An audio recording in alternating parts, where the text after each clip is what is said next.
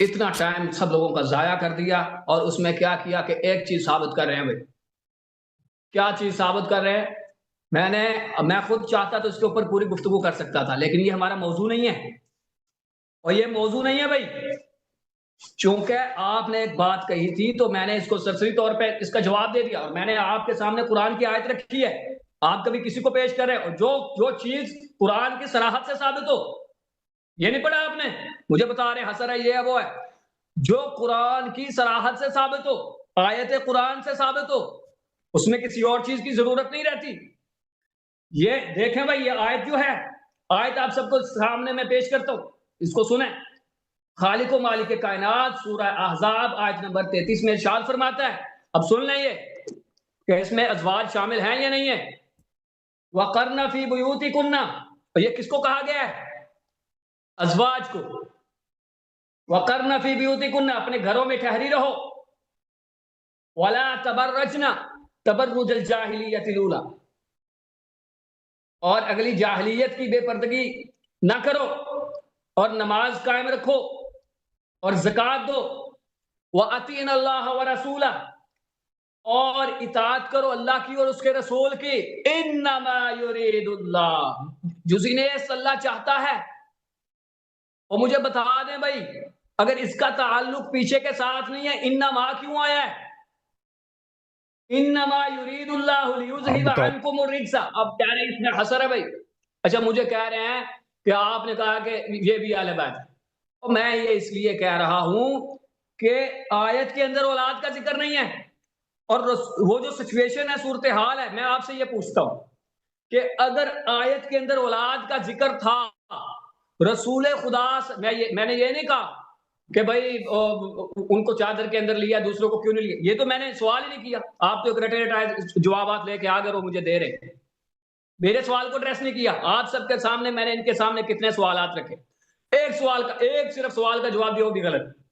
تو گزارش یہ ہے کہ میں نے یہ عرض کیا تھا کہ اگر آیت کے اندر ان کا ذکر موجود ہے تو رسول خدا صلی اللہ علیہ وسلم نے ان کو چادر کے نیچے کیوں لیا بھائی،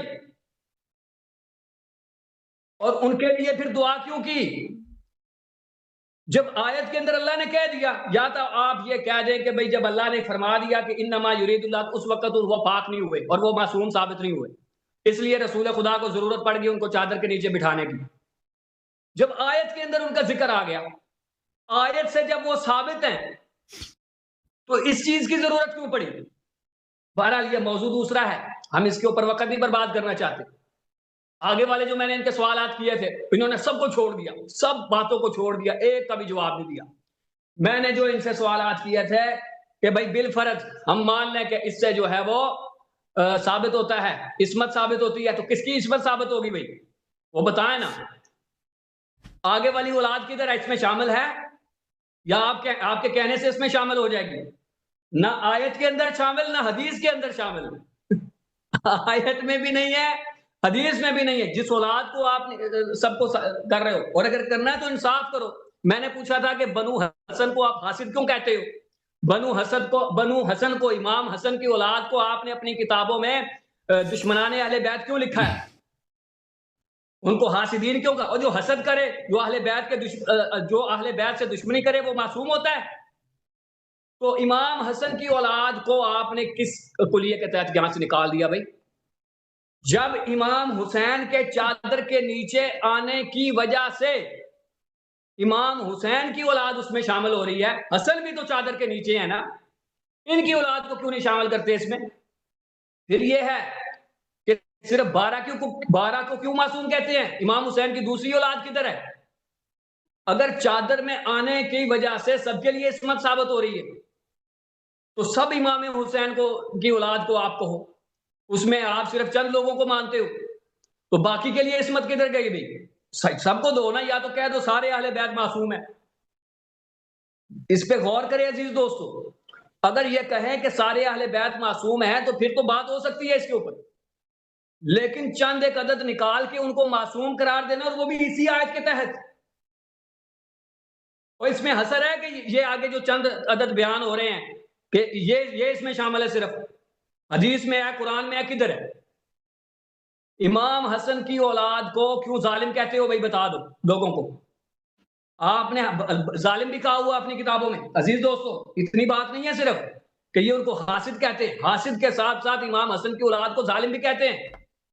میں آپ کے سامنے حوالہ پیش کرتا ہوں، ملاحظہ فرمائیں بھائی. کتاب ہے بحار الانوار اور ملا باقر مجلسی کی کتاب ہے. اس کی جلد نمبر 23 ہے اور صفحہ نمبر 215 ہے بھائی. اس کے اندر کیا ہے سماعت فرمائے، میں آپ کے سامنے پوری روایت پڑھتا ہوں.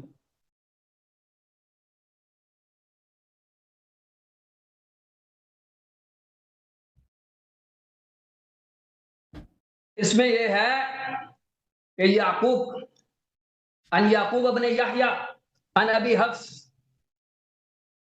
عن الطوالي قال كنت جالسا في المسجد الحرام مع ابي جعفر عليه السلام اذا اتاه رجلان من اهل البصره فقال له يا ابن رسول الله انا نريد ان نسالك عن مساله. کہتے ہیں کہ یعقوب بن یحییٰ سے روایت ہے اور وہ روایت کرتے ہیں ابو حفص سے اور وہ تمالی سے، اور وہ کہتے ہیں کہ میں بیٹھا ہوا تھا مسجد حرام میں ابو جعفر کے پاس، یعنی امام جعفر صادق کے پاس بیٹھا ہوا تھا. جب آپ کے پاس دو بندے آئے اہل بصرہ میں سے، ان دونوں نے کہا اے رسول اللہ کے بیٹے ہم آپ سے ایک مسئلہ پوچھنا چاہتے ہیں. فقال لہما، تو آپ نے ان دونوں کو کہا کہ پوچھیں جو کچھ پوچھنا ہے. قال، انہوں نے کہا اخبرنا عن قول اللہ عز وجل، ہمیں اللہ تبارک و تعالیٰ کے اس قول کے بارے میں خبر دیں. ثم اورثنا الكتاب الذين اصطفينا من عبادنا فمنهم ظالم لنفسه ومنهم مقتصد ومنهم سابق بالخيرات باذن الله ذلك هو الفضل الكبير. اچھا کہتے ہیں ہمیں اس کے بارے میں خبر دیں، کیا پوچھنا ہے؟ تو آپ نے کہا کہ نزلت فینا، یہ ہمارے بارے میں یعنی اہل بیت کے بارے میں یہ نازل ہوئی ہے. ٹھیک ہے، اس کے بعد کیا ہے؟ اچھا جی، کہتے ہیں کہ ابو حمزہ نے کہا فقلت ابی انت و امی، کہ میرے ماں باپ آپ کے اوپر قربان ہو، کہ یہ فمن الظالم لنفسه منکم، آپ میں سے اپنی جان کے اوپر ظلم کرنے والا کون ہے؟ ٹھیک ہے، کیونکہ اللہ تبارک و تعالیٰ کا جو فرمان ہے اس میں یہ ہے کہ ثم اورثنا الکتاب الذین، کہ ہم نے وارث بنایا کتاب کا ان لوگوں کو جن کو ہم نے اپنے بندوں میں سے چنا، ان میں سے کچھ ایسے ہیں جو اپنی جان پہ ظلم کرنے والے ہیں. تو کہتے ہیں کہ ہم نے پوچھا کہ یہ اپنی جان پہ ظلم کرنے والے لوگ جو اس میں مراد ہیں آیت کے اندر، ٹھیک ہے، پہلے پوچھا کہ یہ آیت کس کے بارے میں نازل ہوئی، انہوں نے کہا یہ اہل بیت کے بارے میں نازل ہوئی. کہتے ہیں کہ آگے والا سوال ان سے یہ ہوا کہ اس میں تو جان کے اوپر ظلم کرنے والے لوگوں کی بھی بات ہے، تو وہ کون ہے جو اپنی جان پہ ظلم کرتا ہے؟ اچھا، اہل بیت میں سے. آپ نے فرمایا من استوت حسناتہ وسیئاتہ منا اہل البیت فہو ظالم لنفسہ، جس بندے کی برائیاں اور جس بندے کی نیکیاں برابر ہو جائے وہ اپنی جان پہ ظلم کرنے والا ہے. دیکھ لیں بھائی، اور عصمت ثابت کرنے کے لیے آئے تھے اہل بیت کو. کیا ثابت کروا دیا بھائی اللہ یاری صاحب؟ کیا ثابت کروا دیا کہ اپنی جان پہ ظلم کرنے والے. کیا ثابت کروا دیا بھائی کہ وہ اہل بیت کیا ہیں، وہ ایک دوسرے سے حسد کرتے تھے. کیا ثابت کروا دیا بھائی کہ اہل بیت جو ہے وہ ایک دوسرے کے دشمن تھے. ان باتوں کا جواب کون دے گا؟ ان کا جواب آپ کے ذمہ ہے، چونکہ آپ عصمت ثابت کرنے کے لیے آئے ہیں. یہ آپ کی ذمہ داری ہے. کہتے میں دوں گا، کیوں نہیں دیا بھائی؟ اپنی باری میں جواب دینا تھا. لا یعنی باتوں کے اندر آپ الجھے رہے ہو. تو یہ ہے، میں نے پہلے بات کہی تھی کہ یہ قرآن سے ثابت ہے. قرآن کا سیاق و سباق بتا رہا ہے، قرآن کا سیاق و سباق یہ بات بتا رہا ہے کہ ازواج اہل بیت کے اندر شامل ہے. ٹھیک ہے، اس کے اوپر انہوں نے بات نہیں کی، سیدھا چلے گئے بھی فلاں کہتا ہے فلاں کہتا ہے فلاں کہتا ہے، اور ان کی باتیں آپ کے لیے حجت ہیں، آپ نے ان کو دیکھ کے یہ سب کچھ کیا ہے. قرآن کے اندر کیا بیان ہے اس کے اوپر بات کریں اور میری ان باتوں کا جواب دیں. اپنی جان پہ ظلم کرنے والا جب اہل بیت ہے تو کیا وہ معصوم ہے؟ ٹائم ختم ہو گیا جناب. بسم اللہ الرحمن الرحیم. محترم ناظرین، ہم نے ان کو دکھا دیا کہ ان کی کتابوں میں بڑی پڑھی ہیں کہ قرآن ناقص ہے. اس نے اس کا جواب دیا تم اگر کہتے ہو کسی مطلب کو قرآن سے ثابت کرو تو پہلے تو اپنے مذہب میں یہ بتاؤ کہ تمہارے ہاں قرآن کامل ہے. جب تمہارے ائمہ سب کہتے ہیں کہ تمہارے صحابہ سب کہتے ہیں قرآن ناقص ہے، اور تو اپنے صحابہ کی بات کیوں نہیں مانتے؟ اگر صحابہ کافر ہے تو تم کیسے مسلمان بنے؟ ٹھیک ہے، پھر میرے محترم ناظرین، ہم نے اپنی کتابوں سے دکھا دیا بھائی، عائشہ، حفصہ، زید ابن ارقم، اللہ آپ کا بھلا کرے، کہ ابو سعید خدری، کتنے صحابہ، کتنے کہ میں نے دکھا دیا کہ سب کہتے ہیں یہ آیہ تطہیر صرف پنجتن پاک کی شان اقدس میں نازل ہوئی ہیں۔ یہ پھر بھی لگا ہوا ہے کہ وہ کیا جاہل تھے؟ آپ عائشہ سے زیادہ قرآن جانتے ہیں کہ یہ ازواج کے شان میں نازل ہوئی ہے۔ پھر میں نے دکھا دیا زید ابن ارقم قسم کا کہ کہتا ہے کہ ازواج اہل بیت میں سے نہیں ہے، وہ صحیح مسلم کے، تم نے اس کا کیوں جواب نہیں دیا مولوی؟ زید ابن ارقم جاہل ہے، کافر ہے، کیا چیز ہے جب وہ قسم کا کہہ رہا تھا کہ ازواج اہل بیت میں سے نہیں ہے؟ اچھا، اس کو آداب کا پابند کریں۔ میں پھر شروع ٹائمر شروع سے لگا دیتے ہیں، بیچ میں کیوں بولا بھائی؟ اب بیچ میں بولے گا، دیکھیں ابھی میرا ٹائم ضائع ہو رہا ہے، کیونکہ اس نے میری بیچ میں گفتگو کی۔ آپ سے درخواست کی تھی، آپ ذرا میں نے سے کیا بے ادبی کہتا ہے ادب کا پابند رہو۔ میں نے کیا زید ابن ارقم کو پتہ نہیں، قرآن کا منکر ہے وہ، کہ کہتا ہے قسم کا کہ کہتا ہے کہ ازواج اہل بیت میں سے نہیں ہے، اس کا کیوں تم نے جواب نہیں دیا تھا؟ ایک منٹ زیادہ دینا مجھے ایک منٹ زیادہ دے دینا۔ اور نہیں بھائی طارق صاحب، اس کو کہ پابند کرے، اس کو آداب کا، ایک بدتمیزی کرتا ہے، پھر شروع ہو گیا بھائی، کیا بدتمیزی کیا میں نے؟ یہ جب بھی بیچ میں پڑتا ہے کہ بدتمیزی ہو گئی، کیا بدتمیزی ہو گئی ہے بھائی؟ ادب سے مخاطب کرو بھائی، تم بے ادب ہو کہ بیچ میں بولتے ہو۔ جاری رکھیں بھائی اس طرح نہیں ہوتا کہ یہ جب مرضی، اس کو میوٹ کرو بھائی، اس کو ایڈمن سے ہٹا دیں اور اس کو میوٹ کریں، جب میری باری ہو یہ میوٹ ہو جائے، بس بالکل میوٹ ہو جائے، یہ میری بیچ میں نہ بولے، یہ بدتمیز آدمی۔ اس کے پاس جو کام کرتے ہو بھائی، آج نہیں یہ کام کرنا، اس کو ادھر سے ہٹا دو، اس کو ادھر سے ہٹا دو، یہ بھائی صاحب پھر میری بیچ میں نہ بولے نا، اس طرح نہیں ہوتا گفتگو، میرے بیچ میں نہ بولنا پلیز۔ طارق بھائی میں کب شروع کروں بتائیں؟ ان کو میوٹ نہ کریں، کھول دیں آپ ذرا، پھر بولے گا نا، پھر بولے گا بھائی، وہ پھر بیچ میں بولے گا۔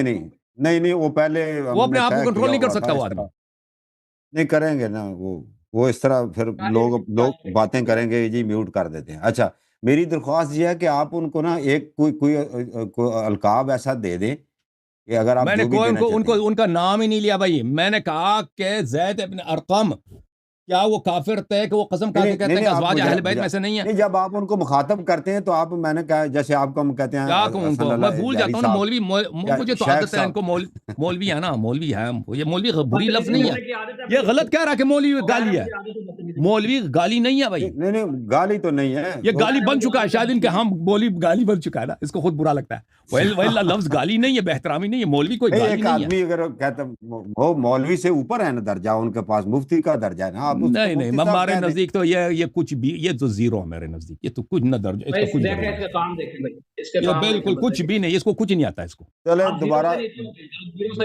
چلے بھائی شروع ہو جاتے ہیں، اس طرح ہر دفعہ نہیں ہوتا، یہ ہر دفعہ میرے باری میں اس طرح 4-5 منٹ ضائع کر لیتا ہے۔ نہیں بولیں گے نا، نہیں آپ سے بھی درخواست، بس پلیز نہ بولیں آپ کو، مولوی صاحب، مفتی صاحب، آپ کچھ تحمل کریں، میرے جملوں پہ تحمل کریں پلیز، بیچ میں نہ بولیں، ٹائم ضائع ہو جاتا ہے نا، استدلال نہیں ہوتا۔ بسم اللہ۔ دیکھیں یہ جو کہتے ہیں نا، انہوں نے پھر سوال اپنا دہرایا، سوال اپنے اچھی طرح سے سن لیں۔ آپ نے جو کہا ہے کہ دیکھیں، میں 3 منٹ میرے ضائع ہو گئے، 1 منٹ سے حساب کرتے ہیں۔ یہ جو کہتے ہیں، تھینک یو سر، یہ جو کہتے ہیں کہ نبی صلی اللہ علیہ وسلم نے کیوں کملی کے نیچے داخل کیا، اگر وہ آیہ میں شامل ہیں، دیکھیں آیہ یہ ہے، انما یرید اللہ لیذھب عنکم الرجس اہل البیت ویطہرکم تطہیرا۔ اہل البیت میں کون ہے؟ ٹھیک ہے نا، لوگ ادعا کر سکتے ہیں کہ ازواج اس میں شامل ہے، رشتہ دار شامل ہے، بنی عباس شامل ہے، لوگ بہت کچھ ادعا کر سکتے ہیں۔ نبی کریم صلی اللہ علیہ وآلہ وسلم، جیسے قرآن نے بولا نماز پڑھو، قرآن نے نہیں بولا کہ کتنی رکعت نماز پڑھو، قرآن نے نہیں بتایا کہ کتنی رکعت، قرآن نے بولا کہ زکوٰۃ دے دو، قرآن نے نہیں بتایا کہ 40 میں سے 1 دینا، 50 70 اونٹوں میں سے کتنے اونٹ دینا تم نے، وہ نبی صلی اللہ علیہ وسلم نے بتایا نا، قرآن نے بتایا اہل البیت۔ تو یہ اس میں ابہام ہو سکتا ہے کہ لوگ کہیں اہل بیت کون ہے، اس میں بنی عباس بھی آ جاتے ہیں، چچا بھی آ جاتے ہیں، سب رشتہ دار آ جاتے ہیں، ازواج آپ کی طرح کہتے ہیں ازواج۔ نبی صلی اللہ علیہ وآلہ وسلم نے کملی کے نیچے داخل کیا اور فرمایا کہ یہ ہیں اور نہیں ہیں۔ اور یہ اسی بات پہ اعتراف کرتے ہوئے آپ کے اعلام نے کہا کہ کملی کے نیچے داخل کرنے سے نبی صلی اللہ علیہ وآلہ وسلم نے اسی لیے داخل کیا تھا کہ ازواج کو وہاں سے نکال دے دوسروں کو نکالنے کے لیے، کہ کسی کو یہ وہم نہ ہو کہ ازواج بھی اس میں شامل ہوں۔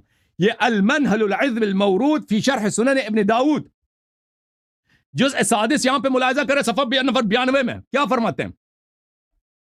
یرد جعل الازواج من الآل امتناعه صلی اللہ تعالی علیہ وآلہ وسلم من ادخال ام سلمہ تحت کساء بعد سؤالها، کہتے ہیں یہ اس بات کی دلیل کہ ازواج اہل بیت میں سے نہیں ہے، نبی صلی اللہ علیہ وسلم نے منع کیا، ام سلمہ کو کساء کے نیچے داخل نہیں فرمایا۔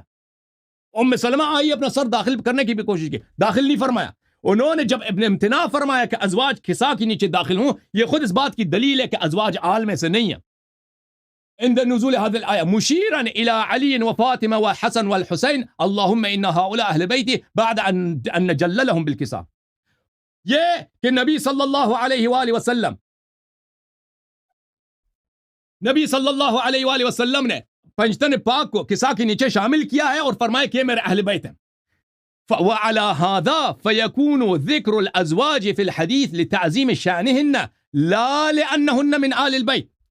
اگر احادیث کساء میں، احادیث آیت تطہیر میں ازواج کا ذکر ہے ان کی تعظیم کے لیے، نہ اس لیے کہ وہ اہل بیت میں سے ہیں۔ یہ واضح طور پہ فرمایا کہ کساء کی نیچے داخل نہ کرنے، کملی کی نیچے داخل نہ کرنے، کس لیے داخل نہیں فرمایا؟ اسی لیے کہ بتا دے کہ ازواج اہل بیت میں سے نہیں ہیں۔ یہ روح المعانی فی تفسیر القرآن العظیم والسبع المثانی، تفصیل آلوسی بغدادی جزء 22 صفحہ نمبر 14 میں اچھی طرح سے دیکھ، اس میں میرا بڑا ٹائم لگتا ہے، میں یہ عبارات پڑھتا ہوں، یہ عبارت تو کچھ نہیں پڑھتا نا، کیونکہ میں ہر سوال کے جواب عبارت سے دیتا ہوں، اگر کوئی سوال رہ جاتا ہے تو میں نیکسٹ میں جواب دے دوں گا۔ اخرج الترمذی والحاکم والصحاح وابن جریر وابن المنذر وابن مردوی وفلان وفلان، ام سلمہ سے روایت کیا کہ رسول صلی اللہ علیہ وسلم پہ جب آیت تطہیر نازل ہوئی ہے تو انہوں نے فاطمہ، علی، حسن، حسین علیہم السلام کو بلایا ہے، کساء کی نیچے داخل کیا ہے، فرمایا اہؤلاء اہل بیتی، یہ میرے اہل بیت ہے، فاذهب عنهم الرجس وطهرهم تطہیرا۔ اور پھر فرماتے ہیں کہ ام سلمہ نے کہا کہ میں نے فرفعت الکساء، میں نے کساء کو اوپر، کملی کو میں نے اوپر اٹھایا، لأدخل معهم، تاکہ میں کساء کے نیچے داخل ہو جاؤں، فجذبه من یدی، نبی صلی اللہ علیہ وسلم نے کساء کو، کملی کو کھینچایا اور فرمایا انکی الی خیر، فرمایا کہ آپ اچھی عورت ہیں۔ میں نے کہا الست من اہل البیت، میں نے پوچھا کہ کیا میں اہل بیت میں سے ہوں؟ نبی صلی اللہ علیہ وسلم نے فرمایا انکی الی خیر انک من ازواج النبی، نبی صلی اللہ علیہ وسلم نے فرمایا آپ اچھی عورت ہیں، آپ ازواج میں سے ہیں۔ پھر کہتے ہیں کہ یہ تو بہت ساری احادیث میں آیا کہ بعض میں یہ ہے کہ انت علی مکانک وانک علی خیر، آپ اپنی جگہ پر ہیں، آپ خیر پہ ہیں۔ واخبار ادخالی صلی اللہ تعالی علیہ وآلہ وسلم علی و فاطمہ وابنیہما تحت الکساء، یہ کہ نبی صلی اللہ علیہ وسلم نے داخل فرمایا پنجتن پاک کو کساء کے نیچے، امام علی علیہ السلام، حسن، حسین، فاطمہ علیہ السلام کو داخل کیا اور فرمایا، اور یہ فرمایا اللہم ہؤلاء اہل بیتی، اور پھر ان کے لیے دعا کی وعدم ادخالی ام سلمہ، اور ام سلمہ کو داخل نہیں کیا، اکثر من ان تحصى، یہ حد شمار سے باہر ہے، حد حساب سے باہر ہے، وہی مخصصۃ لعموم اہل البیت بأي معنى کان، یہ کہ نبی صلی اللہ علیہ وآلہ وسلم نے اہل بیت پنجتن پاک کو کساء کے نیچے داخل کیا ہے، ام سلمہ کو داخل نہیں فرمایا اور منع کیا ہے، یہ اہل بیت کے معنی کو خاص بنا لیتا ہے۔ اہل بیت کو کسی بھی معنوں میں لے لیں، اہل بیت اپنے عام معنوں سے نکل جاتا ہے، اس کا خاص معنی بن جاتا ہے کہ صرف پنجتن پاک مراد ہے۔ فالمراد بهم من شملهم الکساء ولا يدخل فيهم الازواج، بس اہل بیت سے مراد وہی ہے جو کملی کے نیچے تھے اور وہ نہیں ہے جو ازواج اہل بیت میں سے نہیں ہے۔ اچھا، یہ بہت واضح ہے، یہ میں، اور اس نے اس بات کا بھی جواب نہیں دیا کہ اگر ازواج اہل بیت میں سے ہیں تو ان پہ صدقہ کیوں جائز ہے، بالاجماع صدقہ کیوں جائز ہے، اس نے اس کا بھی جواب۔ اب میں نے مزید ثابت کیا کہ آیت تطہیر میں اہل البیت سے مراد کون ہے؟ مراد، اب ان کا سوال یہ، مراد ازواج نہیں ہے، امام علی علیہ السلام، امام حسن، امام حسین اور رسول اللہ صلی اللہ علیہ وسلم مراد ہے۔ بقیہ 9 امام کیسے ثابت ہوتے ہیں وہ میرے ذمہ ہے، وہ میں اپنی اگلی ٹرموں میں بتا دوں گا۔ اولاد امام حسن کیوں خارج ہے وہ میں بھی بتا دوں گا، وہ سب میرے ذمہ، میں بولا نہیں ہوں ان سب کا، کیونکہ ہر ایک کے لیے مجھے نص پڑھنا پڑتا ہے تو اس لیے ٹائم لگتا ہے۔ اب میں ان کا ایک سوال کا جواب دیتا ہوں کہ یہ دیکھیں محترم ناظرین، کہ یہ پوچھتے ہیں کہ بھائی مجھے ان کی جہالت، ان علماء کی نادانی پہ بہت تعجب ہے کہ پچھلے تو ازواج کا ذکر ہے اور بعد میں ازواج کا ذکر ہے. تو آپ ازواج کو اس آیت سے کیوں نکال لیتے ہیں جب نبی صلی اللہ علیہ وسلم نے خود خارج کیا ہے؟ اور بھائی میں نے آپ سے کیا کہا مولوی صاحب, آپ ایک صحابی کا قول دکھائیں نا کہ ازواج, یہ آیت میں ازواج شامل ہے. ایک صحابی کا ایک حدیث نبی صلی اللہ علیہ وسلم کا دکھائیں. کیوں آپ کے پاس کچھ بھی نہیں ہے؟ دیکھیں میرے محترم ناظرین, قرآن مجید کے اسالیب خطاب میں سے ایک اسلوب ہے الجملۃ بلکہ ایک اور میں بتا دیتا ہوں, ملاحظہ کریں. یہ کتاب الاتقان ہے, اچھی طرح سے دیکھ لو بھائی, قرآن سیکھ لو مولوی صاحب. نام اپنا مفتی رکھا ہے, درجہ ان کا مولوی سے باہر ہے, علم کچھ بھی نہیں ہے. ملاحظہ کریں, یہ الاتقان فی علوم القرآن ہے. یہاں پر فی وجوہ خطابات القرآن, قرآن مجید کے خطابات میں کیسے ہیں؟ السادس والعشرون, 26واں وجہ خطاب, کہ اس طرح اللہ تعالیٰ قرآن مجید میں خطاب کرتا ہے. خطاب الشخص ثم العدول الى غیرہ, ایک شخص سے خطاب ہوتا ہے ایک ہی آیت میں, پھر عدول ہوتا ہے, دوسرے شخص سے خطاب ہوتا ہے. صدر آیا, یہ قرآن جو جمع ہوئی ہے نا, یہ ترتیب آیت, یہ نبی صلی اللہ علیہ وسلم کا تو ہے نہیں, یہ تو صحابہ نے جمع کیا. اہل بیت کے آیے کو ازواج کے بیچ میں داخل کیا, جن لوگوں نے خلافت غصب کیا انہوں نے یہ ترتیب بنایا نا, اور نبی صلی اللہ علیہ وسلم سے دکھاؤ کہ انہوں نے یہ آیا کو اسی ترتیب کے ساتھ پڑھا, وہ تو تمہارے پاس ہے نہیں. یہ میرے خیال میں یہ فریز ہو گیا. لیکن یہ مان بھی لیں کہ یہ نبی صلی اللہ علیہ وسلم کی جانب سے. یہ تو تم خود کہتے ہو خطاب الشخص ثم العدول الى غیرہ, کہ ایک شخص سے خطاب ہوتا ہے پھر دوسرے سے عدول ہوتا ہے. اور اس کے مثالیں قرآن مجید میں بہت ہیں, اور یہ صرف سیوطی کا قول نہیں ہے, سب عالم کا قول ہے. البرہان فی علوم القرآن, ملاحظہ کریں یہاں پر. التاسع خطاب الاعتبار, فرمایا کہ یہاں پر ملاحظہ کریں, یہاں پر العشرون خطاب الشخص ثم العدول الى غیرہ, ایک شخص سے خطاب ہوتا ہے پھر دوسرے کی طرف عدول ہوتا ہے. تو میرے محترم ناظرین, یہ قرآن مجید میں اس طرح بہت ہے کہ ایک ہی آیت میں یا صدر نبی سے خطاب ہے, ذیل مسلمین سے خطاب ہے, صدر مسلمین سے خطاب ہے, ذیل کفار سے خطاب ہے. یہ اس کی مثالیں بہت ہیں, اگر میرے پاس زیادہ ٹائم ہوتا تو میں آپ کو مثالیں بھی دکھا دیتا. اس کے علاوہ قرآن مجید میں اچھی طرح سے دیکھ لو, یہ مولوی صاحب کے سطح سے بہت اوپر باتیں ہیں, اس کو سمجھ نہیں آئیں گی. ملاحظہ کریں, الاعتراض فی القرآن, اعتراض فی القرآن, اس کو پتہ ہی نہیں کہ اعتراض کس کو بولتے ہیں. اردو میں کہتا ہے جملہ معترضہ. ملاحظہ کریں, وعلى المولود له رزقهن وكسوتهن بالمعروف لا تكلف نفس الا وسعها لا تضار والدة بولدها. یہ بیچ میں لا تكلف نفس الا وسعها, یہ جملہ معترضہ ہے. صدر سے ما قبل ما بعد سے اس کا کوئی تعلق ہی نہیں ہے, ما قبل ما بعد مسلسل کلام ہے. البرہان فی علوم القرآن, یہاں پہ ملاحظہ کریں, فی اسالیب القرآن, یہاں پر ملاحظہ کریں, یہاں پر الاعتراض وهو ان يؤتى في اثناء كلام او كلامين متصلين بشيء فيكون فاصلا بين الكلامين, کہ ایک جملہ معترضہ دو کلاموں کے درمیان لایا جاتا ہے کہ یہ بالکل ما قبل اور ما بعد سے اجنبی ہوتا ہے. آیہ تطہیر ما قبل اس کا ازواج سے خطاب, ما بعد ازواج سے خطاب, بیچ میں اہل بیت سے خطاب ہے. یہ جملہ معترضہ ہے. ایک صاحب وقت ختم ہو گیا آپ کا. جی سر, جی 3 منٹ آپ کو 26 سیکنڈ اوپر دیے ہیں. جی 26 سیکنڈ آپ مجھے دے دیں بھائی اوپر, ٹھیک ہے. 26 سیکنڈ. عزیز دوستو, گزارش ہے بھائی آپ کی خدمت میں, اللہ یاری صاحب جو ہیں وہ بات کرتے ہمارے عین مذاق کے اوپر آ گئے. ان کو پتہ نہیں چلا کہ اپنی باتوں میں کیا کہہ گئے. ہم نے یہ بات کہی تھی کہ آیت کے سیاق و سباق سے یہ بات ثابت ہوتی ہے کہ اہل بیت کے اندر ازواج شامل ہیں. تو انہوں نے کیا کہا, انہوں نے یہ فرمایا کہ بھائی یہ جو آیت, یہ انما یرید اللہ جو ہے نا, یہ صحابہ نے یہاں پہ آ کے رکھ دی ہے. ہاں جی, یعنی عزیز دوستو, اب یہ اس کو جملہ معترضہ کہہ کے جو مرضی اس کے ساتھ کرتے رہے, لیکن اپنی باتوں میں یہ تسلیم کر گئے کہ اگر ترتیب اسی طرح سے ہو تو ازواج اس کے اندر شامل ہے.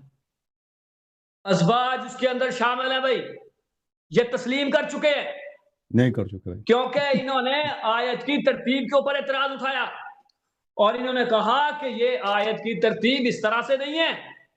صحابہ نے انما یرید اللہ کو اٹھایا اور یہاں پہ رکھ دیا. ہاں جی, اس سے پتہ یہ چلتا ہے کہ اگر یہ انما یرید اللہ یہیں پہ رہے تو ازواج اس میں شامل ہیں.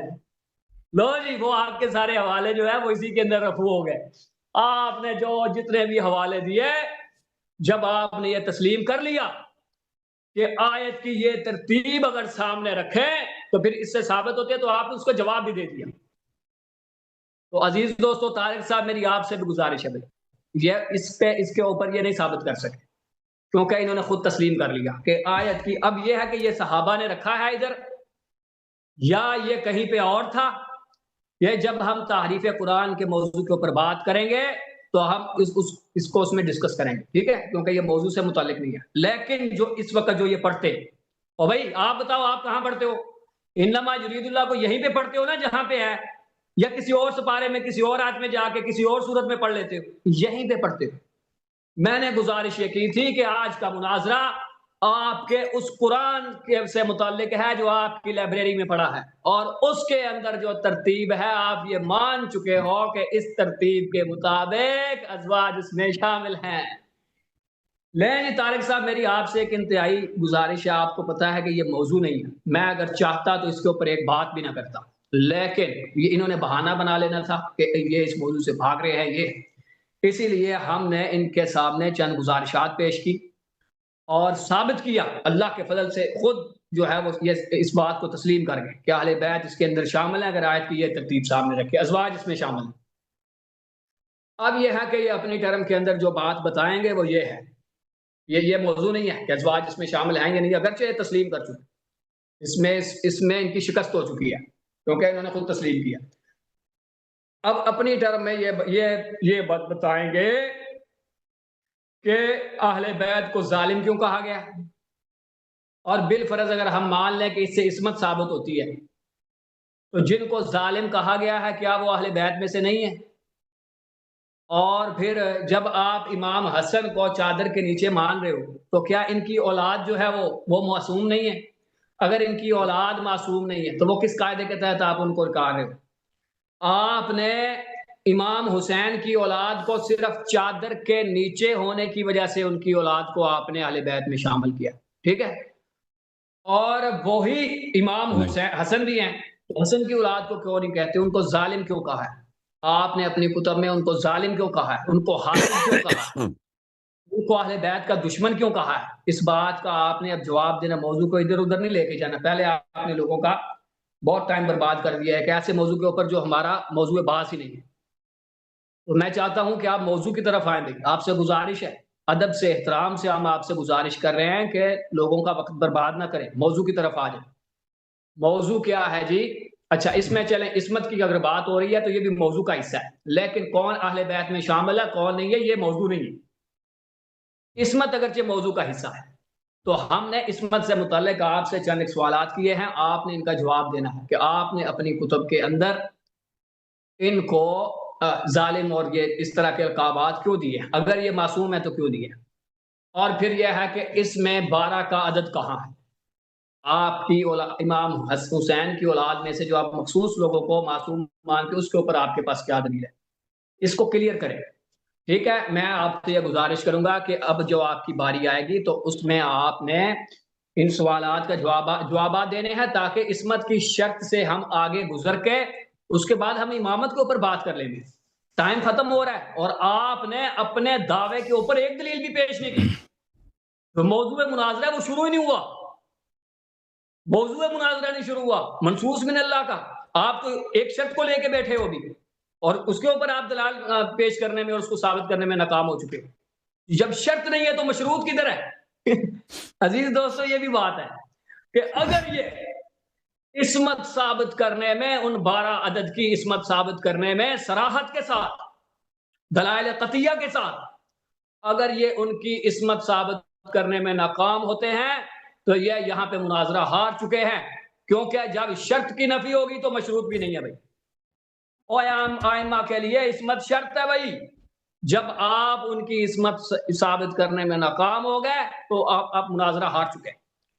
دوسری بات یہ ہے کہ اب آپ نے ایک تو میرے ان سوالات کا جوابات دینے ہیں, ہم عصمت کو ساتھ دے کے چلیں گے چونکہ یہ شرط ہے. تو جب آپ جوابات دیں گے میرے اس کے اوپر اگر کوئی اشکالات ہوں گے تو میں پیش کروں گا, تو ساتھ آپ اصل موضوع کو بھی شروع کریں گے, لوگوں کا وقت نہ برباد کریں. وہ کیا ہے کہ امامت. تو سب سے پہلے تو لوگوں کو یہ بتا دیں کہ جب خدا تعالیٰ نے کلام پاک میں ارشاد فرما دیا ہے کہ الیوم اکملت لکم دینکم واتممت علیکم نعمتی ورضیت لکم الاسلام دینا، جب اسلام دین مکمل ہو چکا ہے، دین اسلام مکمل ہو چکا ہے، تو کسی معصوم کی ضرورت کیوں ہے بھائی؟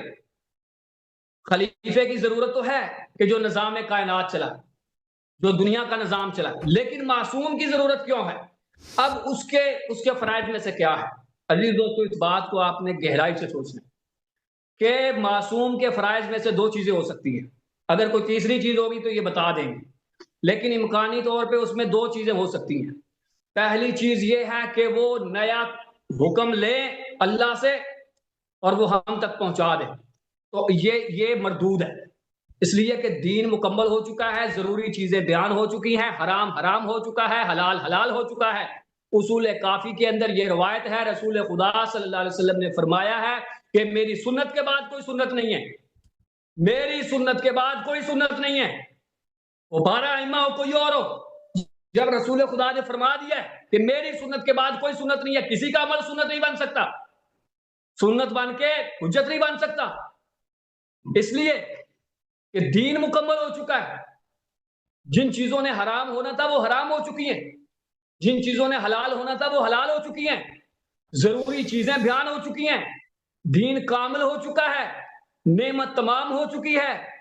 اللہ جو ہے اس نے ہمیں اسلام عطا فرما دیا ہے، تو بعد میں آنے والا بندہ کیا کرے گا بھی وہ بتا دے.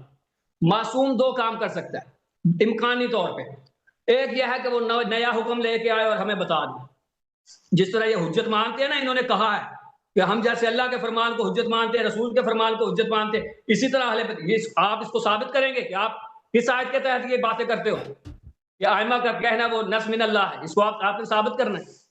اچھا بھائی، تو ایک تو یہ ہے کہ وہ نئی بات، اگر نئی بات لے کے آئے گا تو مردود ہے بھائی، وہ قبول نہیں ہے، وہ اسلام نہیں ہے. اور اگر وہ دین کی تشریح کر رہا ہے، امام آ کے دین کی تشریح کر رہا ہے، وہ احکام کی وضاحت کر رہا ہے، تو بھائی اگر احکام کی وضاحت اور تشریح اور تبلیغ کے لیے کسی کا معصوم ہونا ضروری ہے تو اللہ یاری صاحب کیا آپ معصوم ہیں؟ اگر آپ معصوم نہیں ہیں، تمام ذاکر معصوم نہیں ہیں، تمام علماء معصوم نہیں ہیں، تو کیوں تبلیغ کر رہے ہو بھائی؟ اگر تبلیغ کے لیے عصمت شرط ہے تو پھر تبلیغ کیوں ہو رہی ہے؟ اس کو بند کر دیں، کیونکہ آپ غیر معصوم ہیں. تو آپ نے یہ بتانا ہے کہ امام جو آئے گا وہ کیا کام کرے گا، اس کی ڈیوٹی کیا ہے، اس کی ذمہ داری کیا ہے، وہ کیوں آ رہا ہے، الگ موضوع، وہ نئے موضوع سے احکام فارغ لے ہے، کے آئے گا یا پرانے والے احکام کی وضاحت؟ موضوع سے باہر. آپ نے اپنی باری میں بتانا، اور گزارش ہے آپ سے موضوع کی طرف آ جائیں، لا یعنی باتوں میں ٹائم نہ ضائع کرے ہمارا، موضوع کی طرف آئیں گے. یہ میں نے آپ کو اتلے سیکنڈ آپ کو دے دیے، آپ کو بڑا شوق ہے زیادہ ٹائم لینے کا، یا آپ کو ہم نے دے دیا. چلیں جی ٹھیک.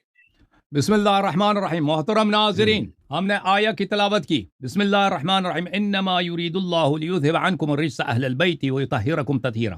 اس کی دلالت پر واضح گفتگو کی کہ اس سے امامت کیسے ثابت ہوتا ہے. اس نے دلالت پہ ایک جملہ اعتراض نہیں کیا اس شخص نے. اس نے صرف اعتراض کیا کہ اہل بیت میں ازواج بھی شامل ہیں. اس نے یہی اعتراض کیا نا کہ ان کی عصمت بھی ثابت ہوتی ہے. اس نے یہ اعتراض نہیں کیا کہ یہ آیہ عصمت پہ دلالت نہیں کرتی، اور اگر عصمت ثابت ہو جائے تو امامت بھی ثابت ہو جاتی ہے. اس نے اس پہ اعتراض تو نہیں کیا. اب کہتا ہے موضوع کی طرف آ جائیں. موضوع پہ تو آپ نے اعتراض ہی نہیں کیا نا کہ یہ آیہ ہمارے موضوع کو بالکل ثابت کرتا ہے. نبی صلی اللہ علیہ وسلم نے کہا مجھ پہ آیہ نازل ہوئی ہے، حسن حسین فاطمہ الزہرا امام علی علیہ السلام کو بلاؤ، سب کو کملی کے نیچے داخل فرمایا، ازواج کو کملی کے اندر داخل نہیں ہونے دیا، فرمایا یہ میرے اہل بیت ہے، اور ان کے متعلق آیہ یہ نازل ہوئی ہے کہ اللہ تعالیٰ نے خود ذمہ لیا ہے کہ ہر پلیدی ان سے دور رکھے، ہر حرام، ہر مکروہ، ہر شے جو بری چیز ہے شریعت میں، عرف میں، خلقت میں، ان سے دور رکھے اور ان کو نہایت پاکیزہ بنا دے. یعنی ان کا ہر فعل صحیح، القول صحیح، ان کا ہر قیام، ہر قعود صحیح، ان کی ہر حرکت صحیح. امامت اسی کو کہتے ہیں. امامت تو میں نے ثابت کر دی، پہلی ٹرن میں ثابت کر دی ہے، اس میں تو آپ نے اعتراض ہی نہیں کیا. آپ نے صرف یہ کہا کہ اس میں ازواج بھی شامل ہیں. میں نے کئی دلائل دی کہ ازواج شامل نہیں ہیں. میں نے اقوال صحابہ و تابعین آپ کو دکھا دیا کہ اس آیہ میں ازواج شامل نہیں ہیں. آپ کے اپنے کتب سے شاید دکھا دیا، صحیح اسانید کے ساتھ دکھا دیا. آپ نے ایک کو رد نہیں کیا. میں نے زید بن ارقم کا مسلم سے قول دکھا دیا، قسم کا کہ کہا اس نے کہ ازواج اہل بیت میں سے نہیں ہے. آپ نے رد کیا، رد نہیں کیا. میں نے آپ کے علماء کا اجماع دکھا دیا. بھائی کیا بنا تجھے، کیوں جواب نہیں دیا کہ ازواج اہل بیت میں شامل نہیں ہے.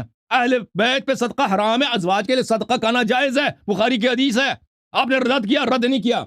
ہم نے دکھا دیا کہ بھائی آپ کے, ابھی میں نے آپ کا کتنے علماء کے اقوال دکھا دیا کہ نبی صلی اللہ علیہ وآلہ وسلم نے ازواج کو کملی کے نیچے داخل نہیں فرمایا. یہ اس بات کی دلیل ہے کہ ازواج اہل بیت میں سے نہیں ہیں. آپ نے رد کیا, رد نہیں کیا, ٹھیک ہے نا. آپ نے ان موضوعات پہ کسی کو رد نہیں کیا, میرے کسی جملے کو رد نہیں کیا. آپ کا صرف اتنا اعتراض ہے کہ امام حسن علیہ السلام کی اولاد کو کیوں نہیں مانتے, بقیہ اماموں کی امامت کہاں سے ثابت ہوگی ان کی عصمت کا, وہ میری ذمہ داری ہے, میں سب کا جواب دوں گا. اب ترتیب قرآن کی بات ہوتی ہے بھائی. ہم نے عرض کیا کہ ترتیب قرآن کیا یہ رسول صلی اللہ علیہ وسلم سے, یہ قرآن کی 2 ترتیبیں ہیں. مولوی صاحب ادھر دیکھو اور سن لو, استفادہ کر لو, سیکھ لو. تمہارے اساتید نے تمہارے مدرسے میں جو کچھ بھی آپ کو سکھایا نا, یہ چیزیں نہیں سکھائی ہیں. ترتیب قرآن, یہ ایک دفعہ ڈر گیا کہ یہ چہرہ اس کا اڑ گیا کہ میرے اساتید کا یہ ذکر کر رہے ہیں. ہاں ہمیں پتہ ہے, ہمیں پتہ ہے, ڈرے نہیں, وہ ہم ذکر نہیں کریں گے آپ کا اور آپ کے اساتید کا. تو اب ترتیب قرآن کے متعلق سن لو. خاموش, خاموش. آپ کا ساتھی کا ذکر ہوا ہے نا, آپ ڈر گئے. مدرسے کا ذکر, ڈر گیا. اب بھائی سن لو, یہ سیکھ لو, مدرسے میں تجھے نہیں سکھایا یہ باتیں. قرآن کی 2 ترتیبیں ہیں, ایک ترتیب نزول ہے, ایک ترتیب تلاوہ ہے یا ترتیب جمع ہے. ترتیب نزول اور ہے, ترتیب جمع اور ہے. کیا ترتیب جمع یا ترتیب التلاوہ یہ نبی صلی اللہ علیہ وسلم سے ہے, اس کے لیے کوئی دلیل نہیں ہے کہ نبی صلی اللہ علیہ وسلم سے ہے. یہ ایک اختلافی مسئلہ ہے. آپ کہتے ہو نا, مجھے تعجب ہے کہ آپ نے میری باتیں آپ نے اس پہ توجہ نہیں کی. ملاحظہ کریں, میں 1-2 قول آپ کو دکھا دیتا ہوں آپ کے اعلام کی کتب سے. یہ کتاب ہے التخبیر فی علم التفسیر. آپ نے یہ کتاب نہ دیکھا ہے نہ آپ کے اساتید نے مدرسے میں, جس مدرسے میں آپ رہتے تھے نا دن رات, دن کو بھی رات کو بھی, وہاں پر یہ اس کا نام بھی نہیں سنا ہوگا. یہ ترتیب تحبیر فی علم التفسیر للسیوطی, چاپ دار العلوم. یہاں پر اس کتاب میں, یہ اب ڈر گیا بھائی کہ مدرسے میں کی بات ہو رہی ہے, فوراً ڈر جاتا. ترتیب فی الآیہ والسور, ترتیب قرآن کریم کے آیات کی ترتیب اور سورتوں کی ترتیب. دیکھو پھر شروع ہو گیا بھائی, پھر شروع ہو گیا. مدرسے کی بات آتی ہے ڈر جاتا. ہم نے کون سی غلط بات سن لو بھائی. آپ ادھر حوضہ ذهب قوم کیا کرتے تھے, ذهب قوم الى الثانی, کہتے ہیں کہ یا ترتیب آیات اور سور کیا نبی صلی اللہ علیہ وسلم سے یا باجتہاد من الصحابہ, یا صحابہ کی محنتوں کا نتیجہ ہے. ذهب قوم الى الثانی, علماء کے ایک بڑی جماعت کہتے ہیں یہ صحابہ کا اجتہاد ہے. ترتیب آیات صحابہ کا اجتہاد ہے, اور اس کا دلیل بھی ہے قرآن مجید, ابن عباس کی حدیث بھی ہے, ٹھیک ہے نا. تو اس کے پاس ہمارے پاس بہت سارے دلائل ہیں بخاری مسلم سے کہ ترتیب آیات یہ اجتہاد صحابہ ہے. پر ہم مان بھی لینا کہ اجتہاد صحابہ نہیں ہے, نبی صلی اللہ علیہ وسلم سے نہیں. ادھر دیکھو یار, میں نے آپ سے پہلے بھی کہا, مجھے دوبارہ دہرانا پڑتا ہے کیونکہ آپ نے توجہ نہیں دیا. اور بھئی ہم مان بھی لینا کہ ترتیب اللہ کی جانب, رسول صلی اللہ علیہ وسلم کی جانب سے ہے. اور بھئی یہ قرآن مجید کے اسالیب میں سے یہ کیا ہے, الاعتراض. یہ ابھی اس نے کتنے وقت ضائع کیا, کہتا ہے اگر آپ مان لیں کہ یہ قرآن جو آپ کے گھر میں پڑھا ہے اس کے روح سے تو ازواج شامل ہے. نہیں ہے شامل, اسی ترتیب کے روح سے بھی ازواج شامل نہیں ہے. البرہان فی علوم القرآن فی اسالیب القرآن و فنونہ البلیغہ, اس میں ملاحظہ کریں القسم الثانی والعشرون, 22واں فن بلاغت قرآن کی کیا ہے, جملہ معترضہ. ان یعطا فی اثناء کلام او کلامین بشیء یتم الغرض والاسنی بدونہ فیکون فاصلا بین الکلام و کلامین, کہ ایک کلام یا 2 کلاموں کے درمیان ایک اجنبی مطلب کو لایا جاتا ہے کہ وہ بیچ میں فاصل ہوتا ہے. اس کی مثال کیا ہے, مثال میں نے آپ کو دیا نا, یہ والوالدات يرضعن أولادهن حولين كاملين لمن أراد أن يتم الرضاعة وعلى المولود له رزقهن وكسوتهن بالمعروف لا تضار والدة بولدها. یہ ما قبل یہاں اس کے ساتھ متصل ہے, یہ بیچ میں لا تکلف نفس الا وسعها, یہ جملہ معترضہ ہے. جب جملہ معترضہ قرآن سے ثابت ہو گیا, اگر ما قبل اور ما بعد ازواج سے خطاب ہے, بیچ میں وسط میں اہل بیت طاہرین علیہ السلام سے خطاب ہو, تو ازواج سے اس کا کوئی تعلق ہی نہیں ہے کیونکہ ہم نے جملہ معترضہ ثابت کیا. ایک موضوع. دوسرا دلیل جو ہم نے آپ کو دکھایا تھا اور آپ ماشاءاللہ بھول گئے, وہ کیا تھا؟ خطاب الشخص ثم العدول الى غیرہ. کیوں آپ توجہ نہیں دے رہے؟ مجھے دوبارہ تکرار کرنا پڑتا ہے. کیوں جواب نہیں دیا تم نے اس کا؟ تمہیں سمجھ ہی نہیں آئی. یہ ہنس رہا ہے. دانت نہ نکالو, رو لو اپنی حالت پہ. مدرسے میں تجھے نہیں سکھایا نا, مدرسے میں نہیں سکھایا نا یہ باتیں. یہ دیکھو, النوع الثانی والعشرون خطاب الشخص ثم العدول الى غیرہ. پھر اس کے بہت سارے مثالیں بھی دیا جاتا ہے نا. مجھے 5 منٹ مزید دے دو, میں اس کے لیے مثالیں آپ کو دے دوں گا. قرآن مجید میں صدر آیہ کسی سے خطاب ہے, ذیل آیہ کسی اور سے خطاب ہے. اگر ایک آیہ میں ازواج سے خطاب ہے, پھر اہل بیت طاہرین علیہ السلام سے خطاب ہے, پھر ازواج سے خطاب ہے, تو اس میں کوئی تعجب نہیں ہے. اس میں اس کی وجہ سے ازواج اہل بیت میں شامل نہیں ہوتے مولوی. اس کے علاوہ بھی میرے پاس دلائل فنون بلاغت سے, لیکن میرے پاس ٹائم کم ہے, میں اس کو نہیں بتاتا. اچھا, اب آتے ہیں اس بات کی طرف میرے محترم ناظرین, کہ جب ثابت ہوا, مولوی صاحب مناظر ہونے سے پہلے میں نے آپ سے سوال کیا تھا کہ اگر ہم نے قرآن سے ثابت کیا کہ اہل بیت علیہ السلام معصوم امام ہے قرآن سے, تو پر ابو بکر عمر کی خلافت بدعت ہے, اور ان کی خلافت کو صحیح کہنے والا بھی وہ خود بھی بدعتی کافر ہے. آپ نے سوال سے بھاگ گئے تھے, جواب نہیں دیا, لیکن جواب سب کے لیے واضح ہے. قرآن کیا کہتا ہے کہ اہل بیت پنجتن پاک, ان کا ہر فعل صحیح, سب انبیاء سے برتر. جو نبی کی عصمت ہے, جس طرح اللہ نے نبی خاتم الانبیاء صلی اللہ علیہ وسلم کو پاک بنایا, اسی طرح امام علی علیہ السلام کو, فاطمہ الزہرا کو, امام حسن امام حسین علیہ السلام کو پاک بنایا, اور ان سے ہر بری چیز کو, بری حرکت کو, بری فعل کو, بری قول کو دور کیا. خود اللہ نے دور کیا, خود اللہ نے ان کو معصوم بنایا. تو ان کا ہر فعل صحیح, ان کا ہر امر صحیح, ان کا ہر نہی صحیح, ان کا ہر قول واجب الاتباع. اسی کو امامت کہتے ہیں. امامت ان کے قرآن سے ثابت ہو گئی. پھر ابو بکر عمر کی امامت اور اس کو امام ماننے والے کا کفر ثابت ہو گیا. سمجھ میں آئی نا بات آپ کو؟ یہ پہلا نتیجہ ہے کہ آپ کی مذہب چلی گئی اساسی سے. اس کا جواب دینا, جواب نہیں دے سکو گے نا, اسی لیے ہنس رہے ہو, دانت اسی لیے نکال رہے ہو کہ تیرے پاس کا جواب نہیں ہے. اب آپ کہتے ہیں بقیہ 9 اماموں کی امامت کہاں سے آ گئی؟ یہی سوال ہے نا. اور امام حسن علیہ السلام اور بقیہ سادات جو ہیں وہ بھی تو اولاد رسول ہے, وہ کیوں معصوم نہیں ہے؟ اس کا جواب, اب میرے پاس صرف 90 سیکنڈ ہے, میں اس کا جواب مختصر سے دیتا ہوں. دیکھیں, اس وقت جب یہ آیا اتری تھی, امام حسین علیہ السلام کی شادی نہیں تھی, اور ان کا فرزند عظیم الشان حضرت امام علی بن الحسین سید الساجدین زین العابدین علیہ السلام کی ولادت نہیں ہوئی تھی. اگر ان کی ولادت ہوتی تو رسول صلی اللہ علیہ وسلم ان کو ضرور کملی کے نیچے داخل کرتے ہیں, ٹھیک ہے نا, ان کو ضرور کملی کے نیچے داخل کرتے. لیکن ہمارے پاس تو یہ تو ثابت ہے کہ پہلا امام علی علیہ السلام ہے, معصوم ہے نبی کی طرح. جس طرح رسول اللہ صلی اللہ علیہ وسلم عصمت میں سب انبیاء سے برتر ہیں, اسی طرح میرے مولا علی علیہ السلام, کیونکہ ان کے عصمت نبی کے عصمت کے برابر ہے, ان کی تطہیر نبی صلی اللہ علیہ وسلم کی تطہیر کے برابر ہے, تمام انبیاء سے ان کی عصمت افضل ہے. فاطمہ الزہرا سلام اللہ علیہا کی عصمت تمام انبیاء سے افضل ہے, حسنین علیہ السلام کی عصمت تمام انبیاء سے افضل ہے. میں مزید اپنا وقت لوں گا, انشاءاللہ اگلی ٹرم میں بیان کروں گا.